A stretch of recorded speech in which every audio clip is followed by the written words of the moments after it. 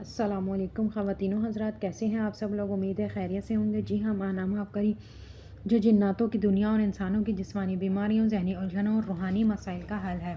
آج اس میں ٹاپک ہے، وہ آوازیں نہ انسان کی تھیں اور نہ ہی کسی جانور کی۔ بلائیں دور۔ اگر کسی کے مکان یا دکان میں بلائیں یا جادو کے زور پر مسلط کر دی گئی ہوں تو سورہ دخان کو 50 مرتبہ پڑھ لینے سے وہ تمام بلائیں اللہ کے فضل سے فوراً دور ہو جائیں گی۔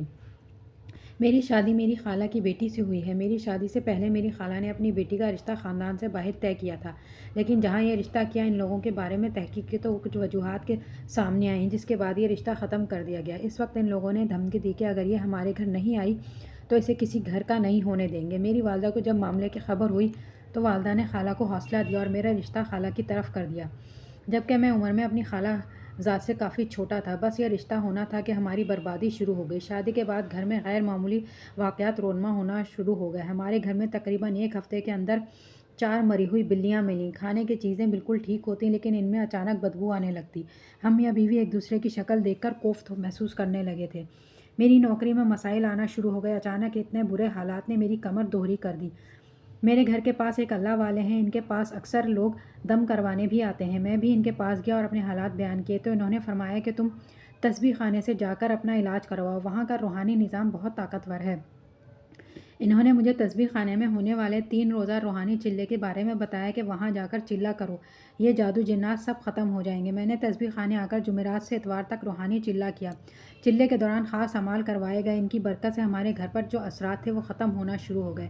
میں فون پر گھر والوں سے رابطے میں تھا۔ انہوں نے بتایا کہ آپ کے جانے کے بعد سے گھر کے حالات بہت بہتر ہو رہے ہیں۔ 2 دن پہلے گھر میں کسی کے رونے کی آوازیں آ رہی تھیں۔ نہ وہ انسان کی آواز تھی اور نہ ہی جانور کی۔ وہ آوازیں بہت دردناک اور دل دہلانے والی تھیں۔